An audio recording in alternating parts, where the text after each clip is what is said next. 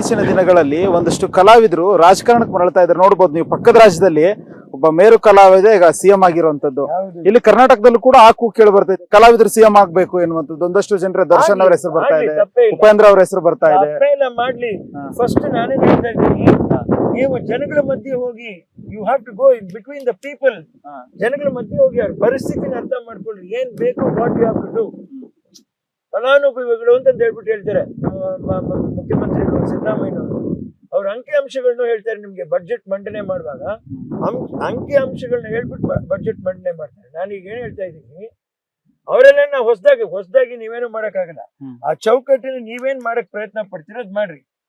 ಈಗ ಎಷ್ಟು ಸಾಲ ಆಗಿದೆ ನಮ್ ಕರ್ನಾಟಕಕ್ಕೆ ಅನ್ನೋದು ಲೆಕ್ಕಾಚಾರ ಮಾಡ್ಕೊಂಡು ಅದನ್ನೆಲ್ಲ ನೀವು ಬಂದು ಒಂದು ಮಾಹಿತಿ ತಗೊಂಡ್ಬಿಟ್ಟು ನೀವು ಸ್ಪೀಚ್ ಮಾಡುವಾಗ ಅದನ್ನ ಮಾಡ್ಬೇಕು. ನಿಮ್ ಪ್ರಣಾಳಿಕೆ ಏನು ಅನ್ನುವಂಥದ್ದನ್ನ ಒಟ್ಟು ಇಷ್ಟು ಉಳಿದ್ರೆ ನನ್ನ 5 ವರ್ಷದ ಅವಧಿನಲ್ಲಿ ನಾನು ಇದನ್ನ ಮಾಡಕ್ ಸಾಧ್ಯ ಅನ್ನುವಂತ ಅವಾಗ ನಿಮ್ಗೊಂದು ಲೆಕ್ಕಾಚಾರ ಸಿಗುತ್ತೆ. ಬಟ್ ಆದ್ರೆ ನೋಡಿ, ಪಕ್ಕದ ರಾಜ್ಯದಲ್ಲಿ ಕಲಾವಿದರ ಮೇಲೆ ಇರ್ತಕ್ಕಂತ ಆ ರಾಜಕಾರಣ ಒಲವು ಇದೆಯಲ್ಲ, ಸೊ ಇಲ್ಲಿ ಕರ್ನಾಟಕದಲ್ಲಿ ವರ್ಕ್ ಆಗಲ್ಲ ಅದು ಎನ್ನುವಂಥದ್ದು. ಯಾಕಂತ ಹೇಳಿದ್ರೆ ಬಹುತೇಕ ಕಲಾವಿದರು ರಾಜಕಾರಣದಲ್ಲಿ ಇದ್ದಾರೆ ಆಲ್ರೆಡಿ, ಕೆಲವರು ಆದ್ರೆ ಸಕ್ಸಸ್ ಆಗಿಲ್ಲ.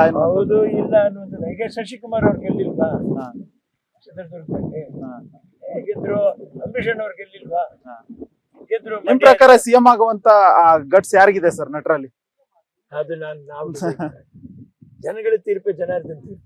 ಚೆನ್ನಾಗಿ ಹೇಳಿದ್ರಿ, ಜನಗಳ ತೀರ್ಪು, ಜನಾರ್ದನ್ ತೀರ್ಪು. ಈಗ ಯಾರೋ ನಿಂತರೆ ಒಂದ್ ವೇಳೆ ಗೆಲ್ಲಿಲ್ಲ, ಯಾವ್ದೋ ಒಂದ್ ಕಡೆ ಗೆದ್ರು, ಒಂದ್ 2 ಸೀಟ್ ಬಂದ್ರು, 2 ಸೀಟ್ ಕೊಟ್ಟರು ಕೂಡ ನಾವು ಆ ಪದವಿ ನೋಡ್ಬಾರ್ದು. ನನ್ನ ಈ ಅವಧಿನಲ್ಲಿ ನನ್ನ ಕೈಗೆ ಎಷ್ಟು ಅನುದಾನ ಬರುತ್ತೆ, ಏನ್ ಕೊರತೆ ಆಗಿದೆ ಇಲ್ಲಿ, ಜನಗಳ ಒಂದು ಸಂಪೂರ್ಣ ಪಟ್ಟಿ ತಗೋಬೇಕು ನಾವು. ಯಾರು ಫಲಾನುಭವಿಗಳ ಪಟ್ಟಿ, ಸರ್ಕಾರ ಏನ್ ಪ್ರಣಾಳಿಕೆ ನೀಡಿರತ್ತಲ್ಲ ಅದರ ಅಂಕಿ ಅಂಶ ನೀವು ತಗೊಂಡು ಫಸ್ಟ್ ಅವ್ರನ್ನ ಕರೆಕ್ಟ್ ಆಗಿ ಪೂರೈಸ್ಕೊ ಬನ್ನಿ. ಹಂತವಾಗಿ ನಿಮ್ಮ ಹತ್ರ ಲೆಕ್ಕ ಇರ್ಬೇಕು. ಮೊಬೈಲ್ ನಲ್ಲಿ ಇಟ್ಕೊಂಡ್ಬೇಡಿ, ಕಂಪ್ಯೂಟರ್ ಅಲ್ಲಿ ಇಟ್ಕೊಂಡ್ಬೇಡಿ, ಬರವಣಿಗೆಯಲ್ಲಿ ಇಟ್ಕೊಡಿ. 1000 ಬಕ್ನ ಏಕ್ ಲಿಖ್ನ. ನಿಮ್ಗೆ ಯಾವತ್ತು ರಾಜಕಾರಣಕ್ಕೆ ಹೋಗ್ಬೇಕು ಅಂತ ಯಾವತ್ತು ಅನ್ಸಿಲ್ವಾ? ನನಗಿದು ನೋಡಿದ್ರೇನೆ ಸುಸ್ತಾಗಿ ಹೋಗ್ಬಿಡುತ್ತೆ. ಅಲ್ಲಿ ಇಲ್ದಿರೇನೆ ನಾವ್ ಎಷ್ಟೋ ಕೆಲಸ ಮಾಡ್ಬೋದು. ಒಂದ್ ವೇಳೆ ಅವಕಾಶ ಸಿಕ್ಕರೆ ಹೋಗ್ತೀರಾ ರಾಜಕಾರಣ?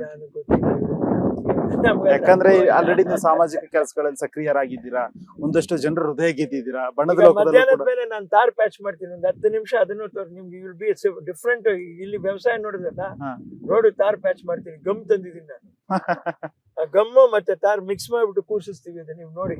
ವಿನೋದ್ ರಾಜ್ ಅವರಿಗೆ ಕೃಷಿ ಮೇಲೆ, ತಾಯಿ ಮೇಲೆ ಎಷ್ಟು ಪ್ರೀತಿ ಇತ್ತು, ಅದರ ದುಪ್ಪಟ್ಟು ಅವರ ಪ್ರಾಣಿಗಳ ಮೇಲೆ ಅಷ್ಟೇ ಪ್ರೀತಿ ಅನ್ನುವಂಥದ್ದು.